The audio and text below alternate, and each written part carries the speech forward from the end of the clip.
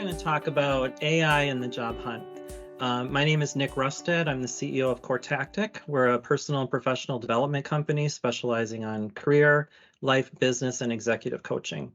And we have coaches across the US, and they are amazing people. We just had somebody post a video to help us out, kind of a promo. And so that's exciting. Annie Williams, you'll see her online. So our mission statement, we really want to make sure that we're working with everybody and we're helping people have better, fulfilling lives and careers. That's really what we're focused on, especially working with diversity and veterans and women, people of color, the LGBTQIA community. Really important to us. And we do pro bono work for veterans, anybody that's been through a domestic violence situation, or college kids that are just got out of college within the last year. So if you know somebody, we do 2 free pro bono sessions with those folks.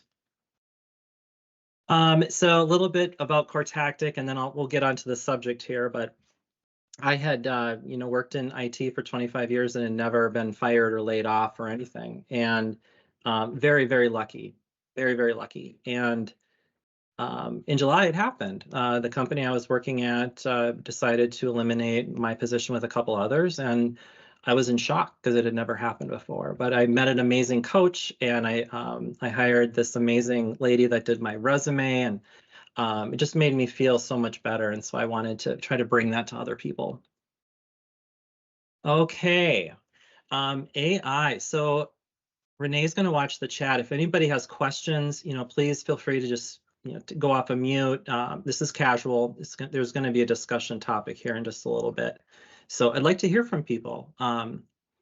So what is AI? So I'm sure some of you have heard of computer science, and that's what they call the study of computers and computer language and programming in college. You get a computer science degree, but it's a branch. So it's all about simulating the human intelligence experience, and that is about reasoning and learning and problem solving, quick decision making. And AI can do that, but there's a big but there, and we're going to talk about that in just a little bit. So discussion topic, I'm hearing things from clients like, oh, is AI going to take my job?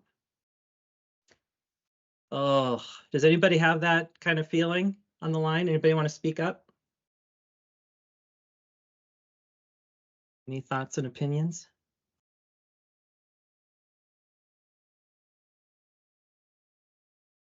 Nothing? Okay, well, we'll keep going.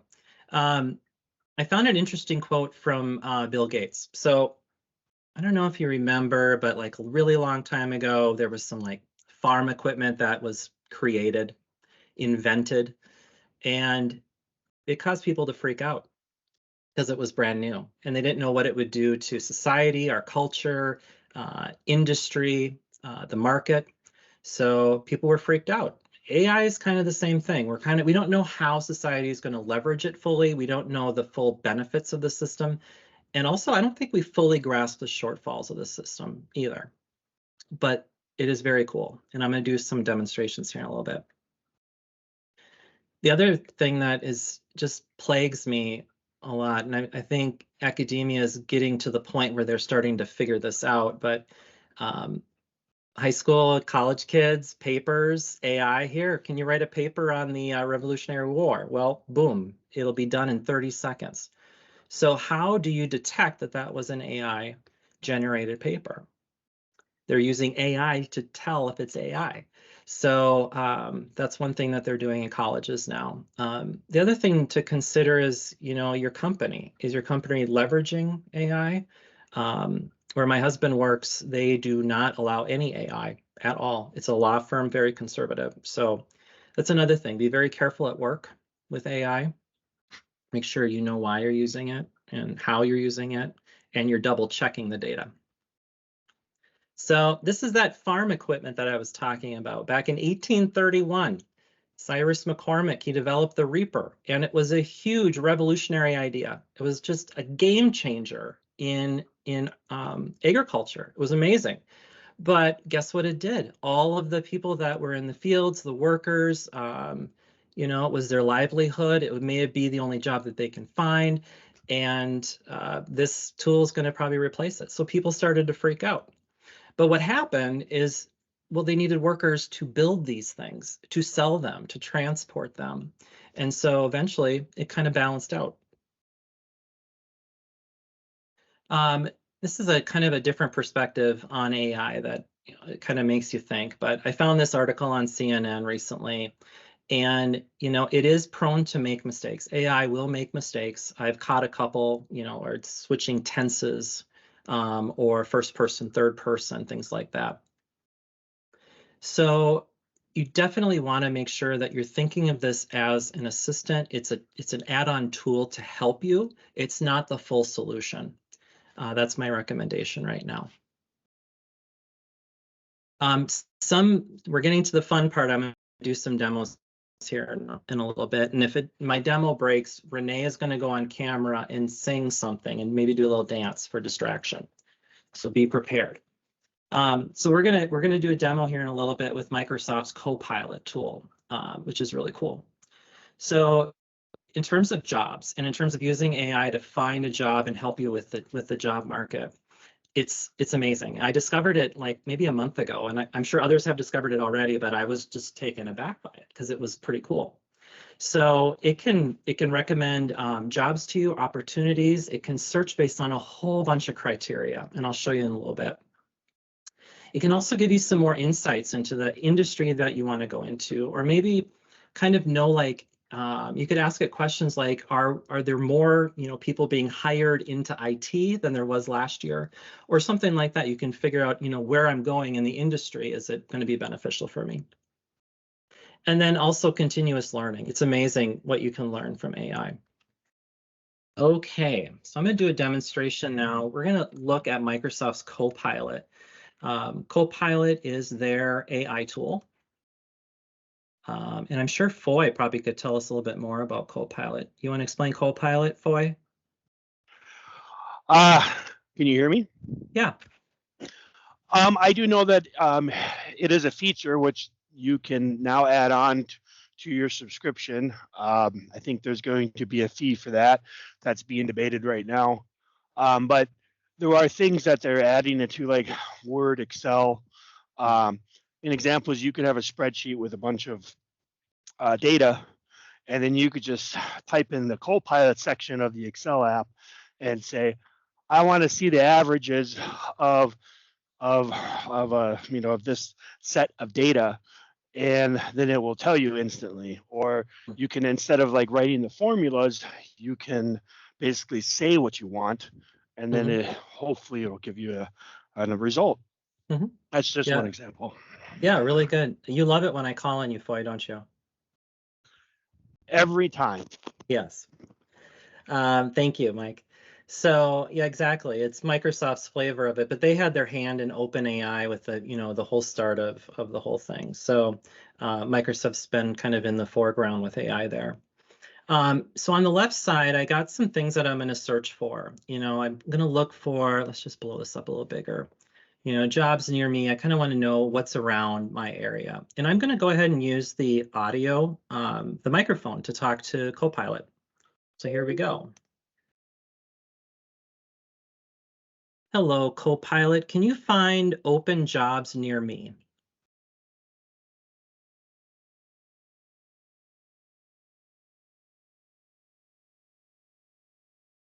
And so it's going through and searching and trying to figure out where I am. I figured out I'm in Minnetonka, Minnesota. And there's 3 jobs near me. There's a food prep worker. Oh, and I even got links I can click on to get right into that job. Okay, but this isn't really what I wanted. You know, some of these jobs, you know, they were posted 6 days ago, 10 days ago. Like, these are stale. We recommend to our clients you should only apply for jobs within the last 24 hours that have been posted. So I don't like that. Let's see. So let's try this again. Copilot, can you take and refine the last search and show me jobs near me that have been posted within the last 24 hours?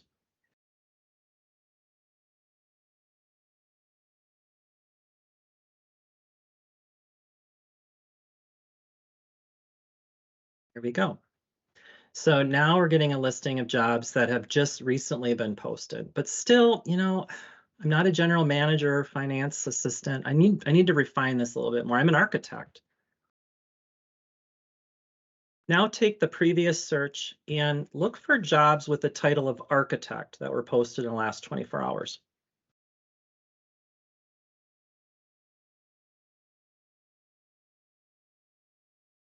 And this tool's out on the internet right now. If you search Copilot, Microsoft Copilot, you'll find the tool. And now it's giving me some direction, some ideas where I can look. And if it's going and going and you kind of got enough information, you can hit the stop responding button and then it'll kind of stop. Now let's say I want to know more about architecture in the Twin Cities, the architectural industry and design, drafting, home building. I'm going to ask Copilot to give me some information more about like architects. Copilot, what is going on with architectural firms in the Twin Cities area? Curious if there's any major changes in terms of the direction of the industry.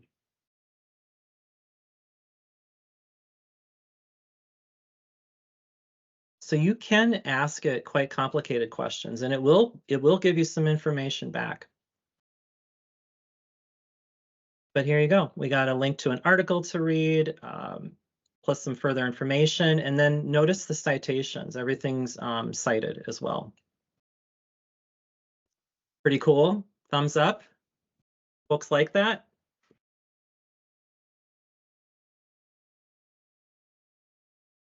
Let's move on. So the other thing that you can use AI for is to help with networking.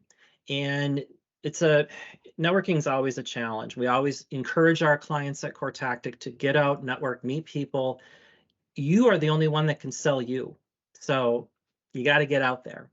And in terms of networking, you can use AI to generate custom messages, personalized messages.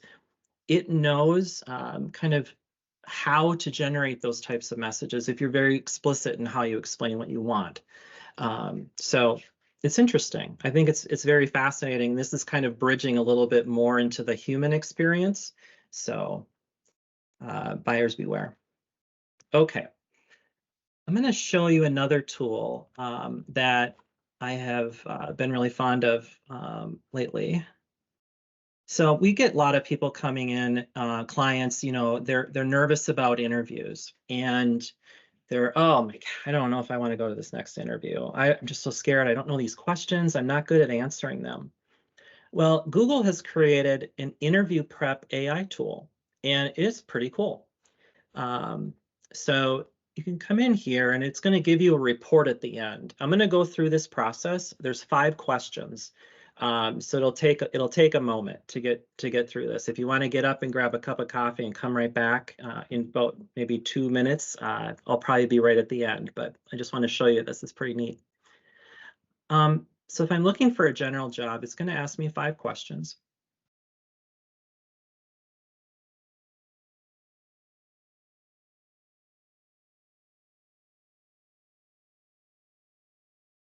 I think I would be a good fit for this role because I'm responsible. I'm educated. I have certifications that support the work that I would be doing. And I've also been in the industry for the last 10 years.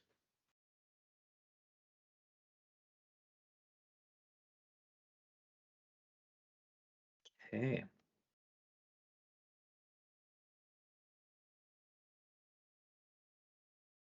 Always a good question. Yes, the big thing about making mistakes is you got to own up to them right away, because if you make a mistake and hide it, it's going to cause way more damage than if you had just told people that you need help and we need to fix something.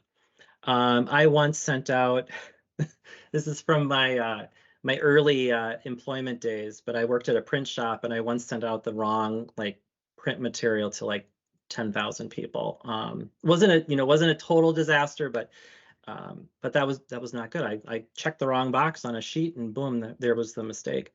So I told my boss about it. We worked through it. I stayed up for all night working on a solution, and we got through it.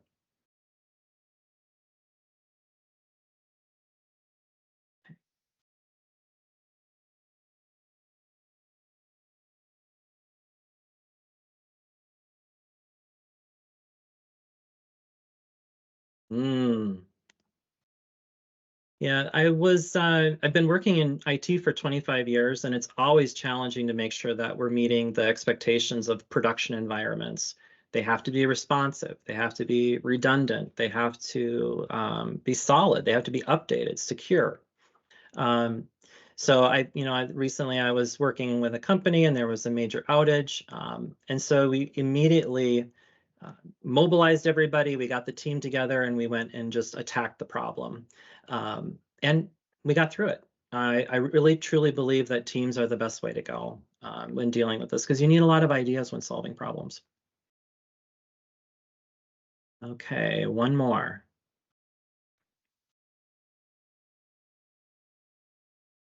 I'm looking for a job that I can be challenged in terms of the work that I'll be doing and the information that I'm going to have to learn in order to be in that role. I also would like a job where I have some autonomy and responsibility and purpose in the organization. It's important to me to be able to cross department boundaries. I don't really like working in siloed organizations because I feel that collaboration is really the way to go. We're better together. I know it sounds corny, but we are. Okay, one more.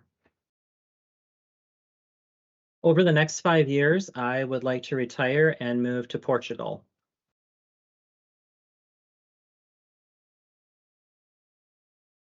Don't ever give that answer. Probably not a good answer. They're going to say, oh, my time with you is limited. I'm not going to bother investing time in you because you're not going to be here. So don't do what I just did. Okay. So now I go ahead and I get a report and it shows me kind of gives me some recommendations and walks me through everything. So then I know what I said, and now I can use this to practice again and improve, right?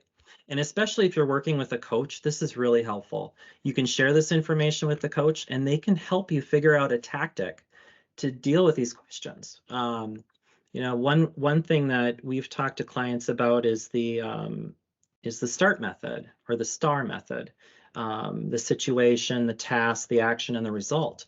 And if you word your answers in that format, it really helps the listener really understand and connect with you because they can follow your thought process. So another little helpful tip there. Any questions? No questions? Anything in the chat? It says, is the response from your AI giving you feedback on your answers? She couldn't read it. Oh, yes.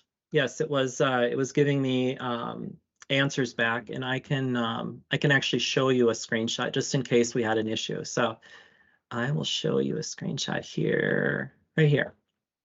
So this was a response basically asking, are there any jobs with the title of IT director or technology director in Minneapolis? And this was the response that it gave me. And I love that it cites everything and it also gives me links right into it. So good question. Any other questions?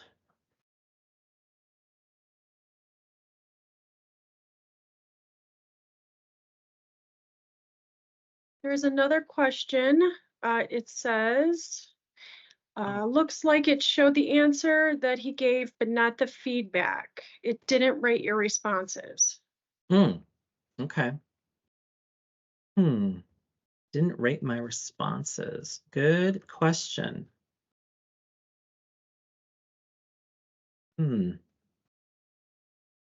Right here. Sorry, I missed that. So if you want to get some suggestions, you click these little boxes.